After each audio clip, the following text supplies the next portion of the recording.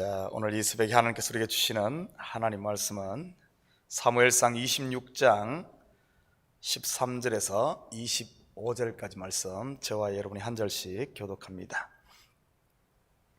이에 다윗이 건너편으로 가사 멀리 산 꼭대기에 서니 거리가 멀더라.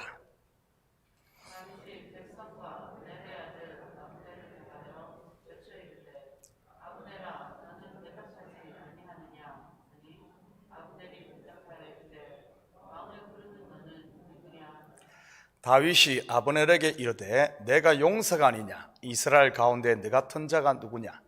그러한데 내가 어찌하여 내 주 왕을 보호하지 아니하느냐? 백성 가운데 한 사람이 내 주 왕을 죽이려고 들어갔었느니라.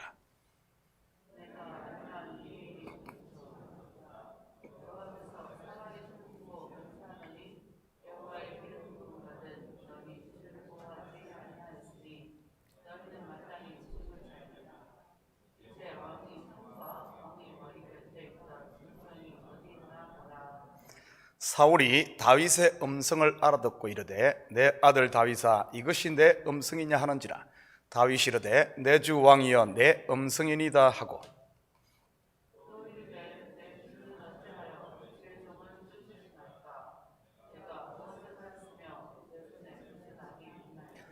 원하건대 내 주 왕은 이제 종의 말을 들으소서. 만일 왕을 충동시켜 나를 헤아려 하는 이가 여호와시면 여호와께서는 제물을 받으시기를 원하나이다마는 만일 사람들이면 그들이 여호와 앞에 저주를 받으리니 이는 그들이 이르기를 너는 가서 다른 신들을 섬기라고 오늘 나를 쫓아내어 여호와의 기업에 참여하지 못하게 함이니이다.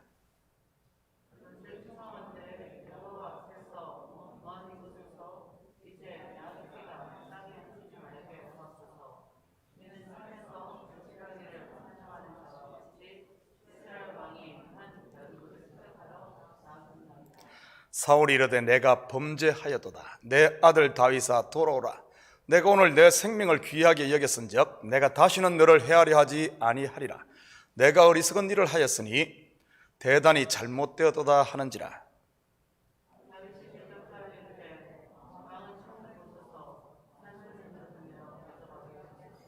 여호와께서 사람에게 그의 공의와 신실을 따라 갚으시리니 이는 여호와께서 오늘 왕을 내 손에 넘기셨으되 나는 손을 들어 여호와의 기름 부음을 받은 자 치기를 원하지 아니하였음이니이다.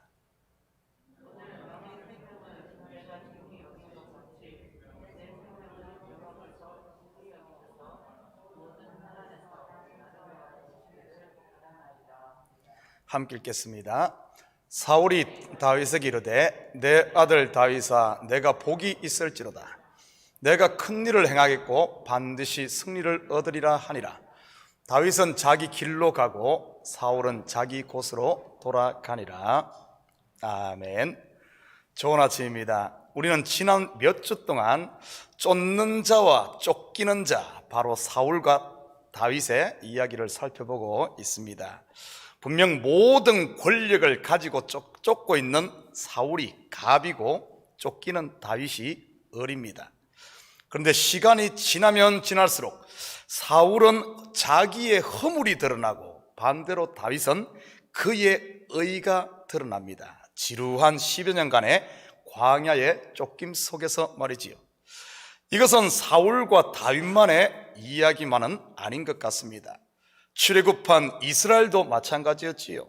40년 광야를 돌며 옛사람 1세대는 죽어갔고 새사람 2세대는 자라갔지요. 영적으로 본다면 죄악에 찌든 애굽에서는 멀어지고 약속의 땅 곧 언약의 성취에는 가까워지는 것이지요. 욥의 이야기도 마찬가지 아닙니까? 욥기서 1장에서 욥은 어떤 모습이었습니까? 율법의 의로는 흠이 없는 완전한 자, 의인이었습니다. 그런데 그가 어떻게 됩니까? 재미없고 지루한, 한마디로 알 수 없는 논쟁과 변론이 끝없이 이어지지요. 욥의 40년 광야이지요.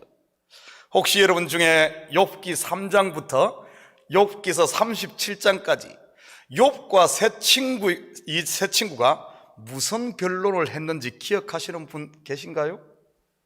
아마 거의 없을 겁니다. 오직 한 구절만 빼고요. 모두가 좋아하는 욥기 23장 10절 우리 함께 볼까요? 그러나 내가 가는 길을 그가 아시나니 그가 나를 단련하신 후에는 내가 순금같이 되어 나오리라. 한 구절 더 있네요. 욥기 8장 7절 내 시작은 미약하였으나 내 나중은 심히 창대하리라.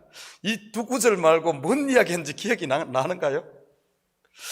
그런데 성경은 무슨 소리인지 이해도 안 되는 그 많은 논쟁들을 왜 기록해 놓은 것일까요? 바로 욥이 자기의 광야를 거침으로 율법의 의를 가진 욥에서 하나님의 의, 곧 은혜의 욥으로 바뀌게 되는 것을 말하고 있는 것입니다. 그런데 알고 보면 모든 믿음의 선진들이 바로 이 길을 걸었다는 사실입니다. 저와 여러분도 지금 그 반열에 있고요. 삶의 인생 광야 말이지요. 내 속에 남아있는 욕심이라는 이 사울이 나를 쫓고 성령으로 거듭난 언약의 새 사람인 나는 쫓기고 말이지요. 여러분은 여러분의 삶과 여러분의 신앙을 들여다보면 꼭 다람쥐 쳇바퀴 도는 것 같지 않습니까? 어제 넘어졌던 그 자리에 오늘 또 넘어지고 분명 내일도 그 자리에 넘어질 게 뻔합니다. 넘어질 때마다 입에서 나오는 탄식 소리가 나는 왜 이럴까? 나는 왜 안 되지? 아닙니까? 혹시 여러분의 입술에 나는 왜 이럴까? 이것이 노래가 되어 있지는 않습니까? 그래서 때로는 신앙의 회의가 들기도 하고 시험에 빠져 넘어지기도 하지요. 그런데 알고 보면 그게 신앙생활입니다. 그게 바로 믿음의 길이라는 사실이지요. 수없이 시험 들고 넘어지는 것 말입니다. 그러면서 우리 믿는 사람들은 어디를 향하는 줄 아십니까? 바로 내가 의지하고 붙들었던 나라는 사울에서 벗어나 우리를 구원하신 예수님의 예표인 다윗에게로 소망이 옮겨가게 되는 것이지요. 이 다윗의 광야 생활은 또한 사울의 실상을 폭로하는 기간이기도 합니다. 사울에게 모든 기대와 소망을 걸고 있던 이스라엘 백성들이 자기들이 세운 왕의 실상을 모두가 볼 수 있게 말이지요. 결국 사울의 실상은 이스라엘 백성들 스스로의 모습이기 때문입니다. 다윗의 광야 생활은 다른 한편에서는 사울의 광야이기도 했던 것이지요. 쫓고 쫓기는 사울과 다윗의 광야를 통해 우리는 두 가지 영성을 발견할 수 있습니다. 쫓고 있는 사울의 영성과 쫓기는 곧 끊임없이 버리는 다윗의 영성 말이지요. 사울의 영성은 한마디로 움켜쥐며 올라가는 영성입니다. 이러한 사울의 영성을 가장 잘 보여주는 사람이 바로 믿음의 조상 야곱입니다. 야곱이 밧단 아람 외삼촌 집에서 모든 것을 얻어 자수성가한 그때까지의 영성 말이지요. 그는 빈손으로 태어나 끊임없이 움켜쥐며 오르고 또 오르지 않습니까? 형의 장자권도 아버지의 축복도 사랑하는 라헬도 그리고 덤으로 얻은 레아와 두 여종까지 말이지요. 그리고 레아와 라헬의 자식 낳기 경쟁으로 12아들의 한 명의 딸까지였습니다. 완전 메이저리그 야구팀을 만들고도 남을 만한 숫자이지요.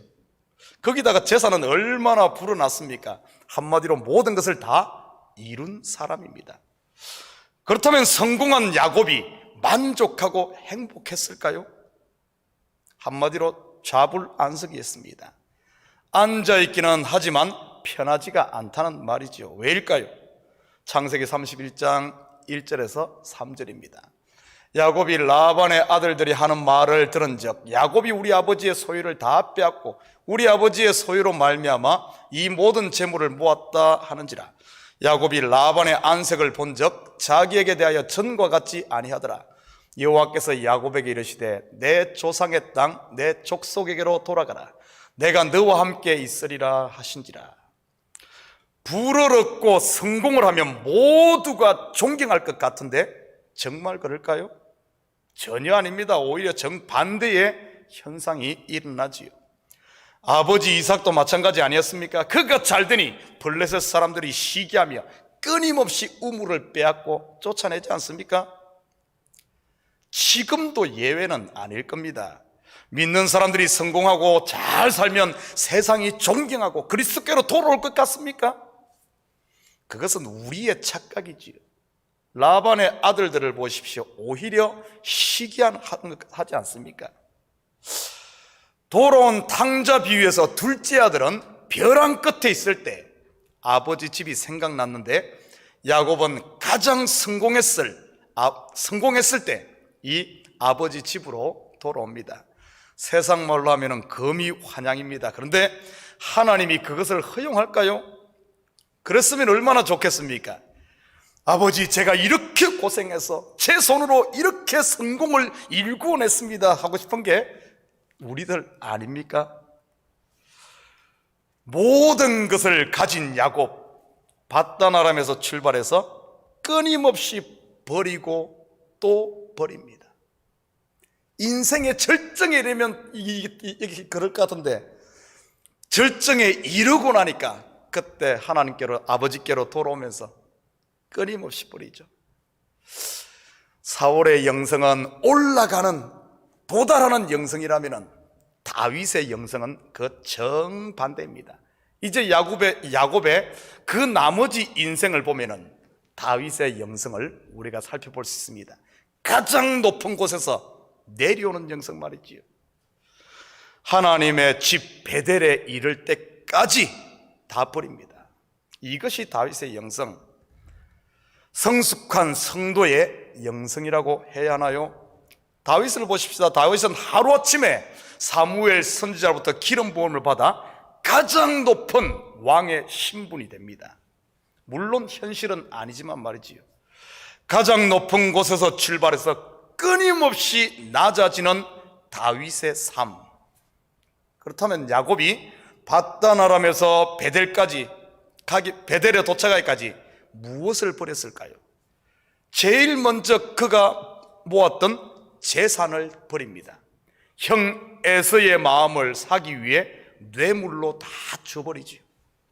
다음으로는 야복 강가에서 천사와 씨름하다가 자기의 환도뼈가 위골돼 다리를 잃게 됩니다. 그는 평생 지팡이 없이는 걸을 수 없게 되지요.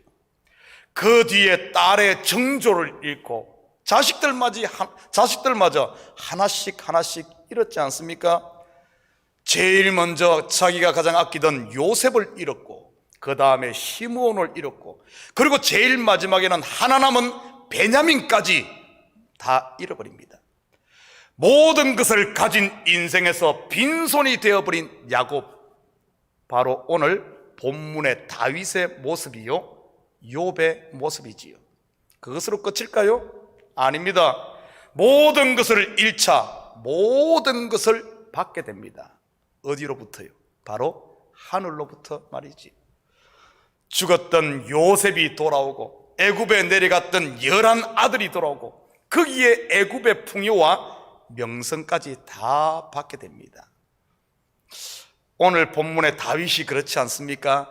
기름 부음 받은 이스라엘의 왕이었지만 광야에서 모든 것을 버리자 하나님께서는 그를 들어 이스라엘의 왕의 자리에 앉힙니다.